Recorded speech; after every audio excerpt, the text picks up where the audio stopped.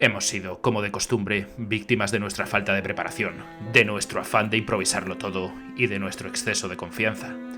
Todo ello constituye, a juicio del declarante, una grave responsabilidad que el país tiene derecho a exigir, porque sí es cierto que las autoridades e incluso los exministros han visitado el territorio y encontrado todo perfectamente, felicitando al mando por los resultados. No es menos cierto que la oficialidad prometió dedicar todos sus esfuerzos a mejorar la condición del soldado y la capacidad del ejército, pero no lo cumplió, en prejuicio de una patria que necesita no un ejército que se sacrifique, sino un ejército que triunfe. Y esto solo es un pequeño resumen del expediente que realizó el general Juan Picasso sobre los hechos acontecidos en la Comandancia General de Melilla en los meses de julio y agosto de 1921. Tras ver que hace un par de semanas el vídeo sobre la Guerra de África de 1859 no me fue nada mal, hoy volveremos al norte de África, para hablar de los que seguramente fueron los días más negros en la historia contemporánea del ejército español. Estos tendrían lugar en verano de 1921, y la historia conoció estos días como el desastre de Anual.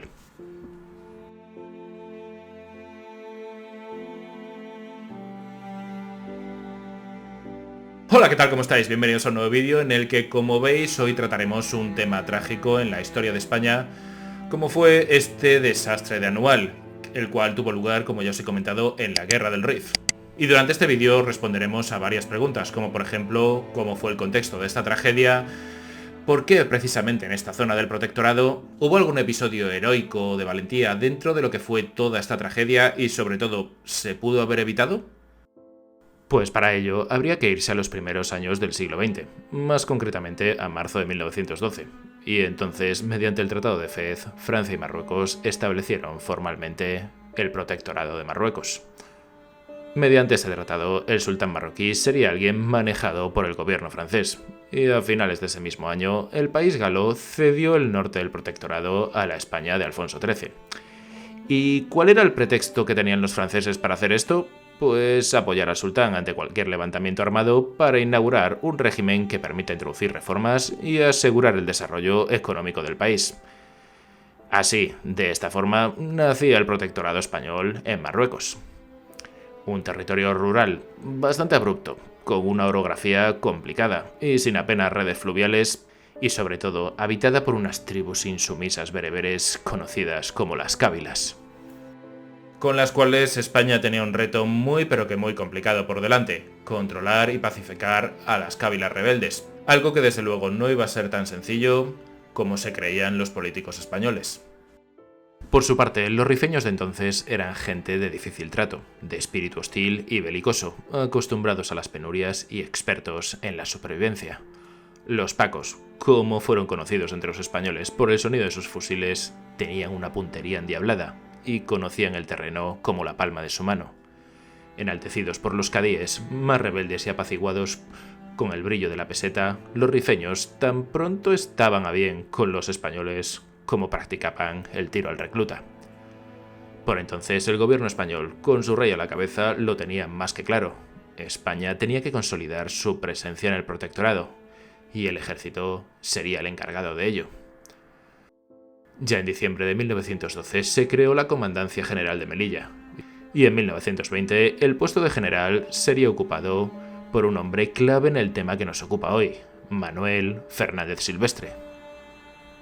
Un hombre que ya tenía una dilatada carrera militar. Había tenido una destacada carrera primero en las guerras de Cuba, donde fue herido por arma blanca y por arma de fuego, y posteriormente había tenido un papel destacado en el norte de África, empezando por Melilla.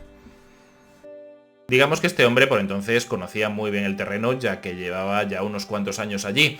Conocía el idioma, conocía las costumbres de sus habitantes, por lo que a priori parecía el hombre indicado para el puesto. Por ello, se apostaba por él para dar un vuelco en la situación del Rif, cada vez más preocupante desde que en 1920 Abdelkrim, un antiguo funcionario del protectorado, venía llamando a los nativos a la rebelión contra los españoles y también contra el sultán marroquí. Así que en febrero de 1920, el plan del Alto Comisariado Dámaso Berenguer era tomar las posiciones rebeldes, y para ello tendría que golpear de lleno el principal foco de resistencia rebelde de Abdelkrim, la bahía de Alhucemas. Así fue como el 7 de mayo el ejército de Silvestre se dirigió hacia Dardrius, dando comienzo a las operaciones. 7 meses después, en enero de 1921, el avance prosiguió hasta Anual, y para marzo de aquel mismo año ya ocupaban la posición de Sidi Idris. Se cerraba así un cinturón defensivo en torno a Anual, posición estratégica que a partir de entonces serviría como lanzadera del ataque definitivo. Hasta ese momento los movimientos del ejército español parecían, pues, ¿por qué no decirlo?, prácticamente perfectos, porque en un terreno que se suponía de lo más hostil, apenas habían tenido bajas. Pero como se suele decir, en todo esto había truco, ya que la gran mayoría de estos avances se habían producido pagando a los jefes nativos. Y lo peor desde luego que no era esto, sino que en esas zonas donde el ejército español compraba a los jefes nativos, apenas dejaba fuerzas para defender esas guarniciones, por lo que la retaguardia del ejército era tremendamente frágil. Y del lado rebelde, los rifeños no dudaron en aprovechar su oportunidad. El 1 de junio de 1921 el ejército español se hizo con el Monte Abarrán, principal puesto de avanzadilla de Anual, a unos 9 kilómetros de la posición. Ese mismo día, a las 6 de la tarde, Abdelkrim marchaba sobre la posición y unió a su causa a la policía indígena de la región y a la Jarca de Tensamán, hasta aquel momento aliada de los españoles. La guarnición española de Abarrán, sorprendida, fue devastada, perdiendo gran parte de la tropa y a todos sus oficiales. Y esto sería solo el anticipo de lo que vendría poco después. Al día siguiente de su triunfo en Abarrán, las fuerzas de Abdelkrim, llenas de confianza, se precipitaron sobre Sidi Idris, pero su ataque, tras 26 horas de duro asedio, fue rechazado. Esto podría haber sido un varapalo para las fuerzas rifeñas, pero no fue así, ya que a pesar de la derrota, este ataque sirvió para que muchos otros se unieran al bando de Abdelkrim y así este pudo optar a su gran levantamiento. Y aquí fue donde tuvo lugar el gran error de los altos mandos españoles, ya que tanto Dámaso Berenguer como el propio Silvestre ignoraron la situación y se tomaron estos ataques como si fueran simples hechos aislados o ataques espontáneos. A partir del día 5 de junio del año 1921, comenzó a concentrar sus fuerzas en Anual con vistas al ataque decisivo sobre la bahía de Alhucemas. Pero cuando todavía se estaba preparando, Abdelkrim no desaprovechó su oportunidad y lanzó un gran ataque múltiple el día 17 de julio con un ejército compuesto de guerreros rifeños y jarcas que hasta ese momento habían sido aliadas de los españoles. Su primer objetivo antes de lanzarse sobre Anual fue la loma de Igueriben, muy próxima a Anual.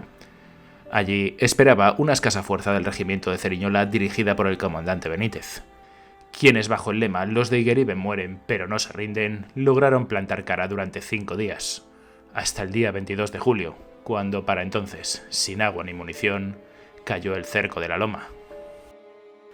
Como no podía ser de otra forma, las noticias sobre lo ocurrido en Igueriben no tardaron en llegar a Anual, y los relatos de la gran ofensiva rifeña fueron recorriendo a los 5.000 hombres que se encontraban en Anual, mientras 18.000 rifeños avanzaban sobre su posición. Y aquí el general Silvestre, que si bien sí que es cierto que previamente se había mostrado bastante confiado ante los ataques rifeños, en esta ocasión veía que la posibilidad de resistir al enemigo en Anual no era más que una ilusión, ya que los víveres y la munición para el ejército español ahí eran escasos y el agua más escasa todavía. Esa misma madrugada del día 22, el propio Silvestre solicitó a Berenguer la evacuación de la zona, pero este se lo negó, prometiendo que pronto llegarían nuevos refuerzos desde Tetuán. En un principio, Silvestre dudó si acatar dichas órdenes, y para cuando se decidió a evacuar la zona ya era demasiado tarde, y unos 6.000 rifeños estaban ya sobre su posición. La masacre era inminente. A las 11 de la mañana, Silvestre dio por fin orden de evacuar hacia Bentiev, a unos 18 kilómetros de Anual, y dijo a sus hombres que no portasen más bultos que sus propias armas y la munición. La formación de la columna fue tan improvisada y caótica como la orden, y pronto lo sería aún más. La policía nativa, encargada de vigilar las lomas en torno a Anual, ejecutó primero a los oficiales españoles, y acto seguido comenzó el caos. Desde los altos comenzó a abrirse fuego indiscriminado contra los evacuados.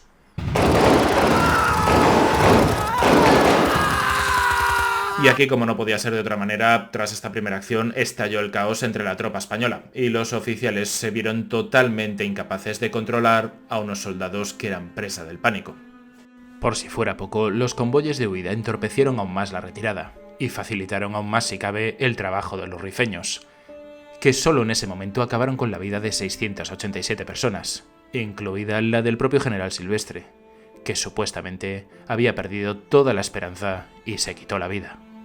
Pero no todo fue caos y soldados que caían presa del pánico, ya que en ese momento también hubo quienes mantuvieron la compostura, y a costa de su vida lograron proteger la retirada de la columna, como por ejemplo los regulares del comandante Llamas, que de no haber sido por su sacrificio en el paso de Izmar, la tragedia hubiera sido aún mayor ese día, pero aún así 1000 hombres perecieron en el paso.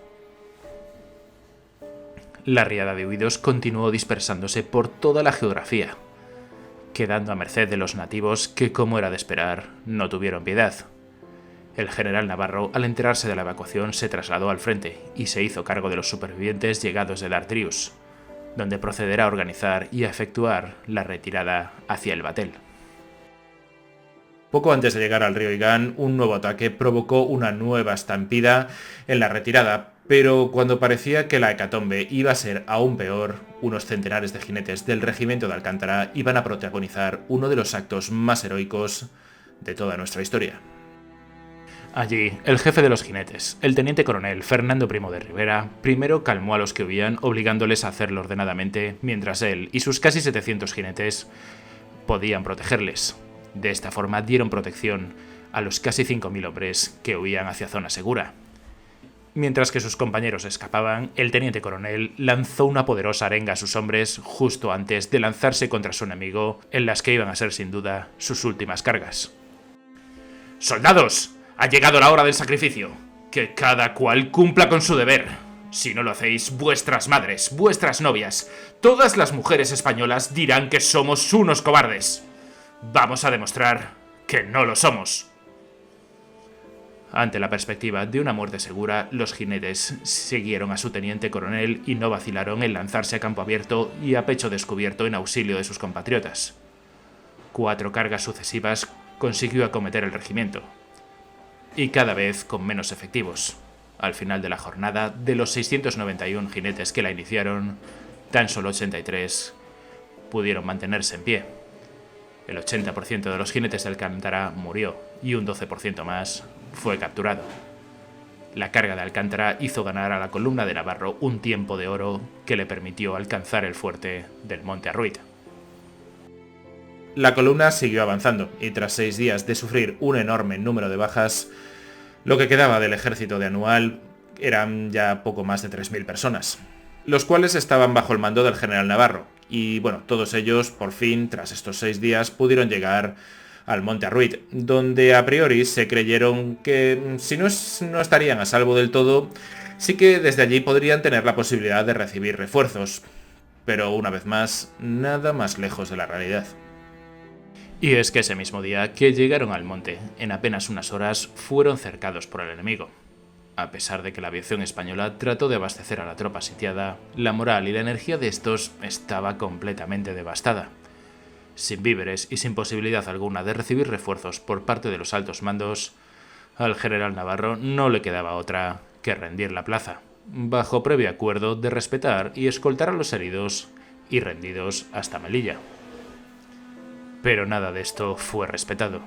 Cuando la tropa, en una situación penosa, estaba desarmada y dispuesta a volver a sus casas, humillada por la derrota, pero viva, los rifeños apartaron a los oficiales a un lado y se lanzaron sin piedad contra los soldados desarmados, pasando a cuchillo a casi toda la guarnición, salvo a 60 soldados que lograron huir, 60 de los casi 3000 que había en un principio. Las noticias de este desastre, por un lado, conmocionó a los españoles, que todavía estaban traumatizados por la pérdida de Cuba y Filipinas en el año 1898, y por otro lado, indignó lo suficiente como para alzar la voz y exigir responsabilidades por la pérdida de sus seres queridos. Anual se llegó a cobrar la vida de al menos unas 8500 personas. De la noche a la mañana, España entera estaba de luto. Era rara la familia que no contaba con un pariente o conocido víctima de la tragedia. Los cadáveres de miles de jóvenes imposibles de identificar regaban el sendero de la muerte que comenzó en Igueriben y concluyó en el Monte Arruit. Los cimientos del régimen de la Restauración quedaron seriamente tocados, y pronto se abrió una investigación para dirimir responsabilidades, a cuyo cargo quedó el general Juan Picasso. El conocido expediente Picasso, del cual os he leído un extracto al principio del vídeo, no solamente señalaba de lleno a Fernández Silvestre, sino que también salpicaba a Berenguer, a buena parte del gobierno, de la clase política e incluso también al propio rey Alfonso XIII. Las supuestas repercusiones del expediente auspiciaron el futuro golpe de Estado de Miguel Primo de Rivera. La sociedad española nunca llegaría a recuperarse de Anual, ni siquiera con el cambio de régimen y el advenimiento de la Segunda República. El luto por la masacre perviviría entre la gente mientras quedase alguien que rezase por uno de aquellos soldados para quienes el día, el orgullo del sol, fue besarlos en la frente. Por otro lado, la victoria rifeña fue tan contundente que Abdelkrim puso los cimientos de la llamada República del Rif, consolidada entre 1922 y 1923. Y a pesar de los esfuerzos españoles por establecer el status quo anterior, tuvieron que pasar 4 años hasta el desembarco de Alhucemas, del que por cierto este año se cumplen 100 años. A partir de entonces se comenzó la pacificación definitiva de la región, que no llegaría hasta el año 1927. Y hasta aquí mi vídeo de hoy. Si os ha gustado ya sabéis, podéis suscribiros que es gratis, dejarme un like que me ayuda mucho, un comentario con que os ha parecido el vídeo que me ayuda más todavía, o podéis compartir el vídeo en vuestras redes sociales. Y si no os ha gustado, pues como suelo decir en alguna ocasión, recordárselo a alguien que os caiga mal para que se fastidie y se lo trague. Un saludo y hasta el próximo vídeo.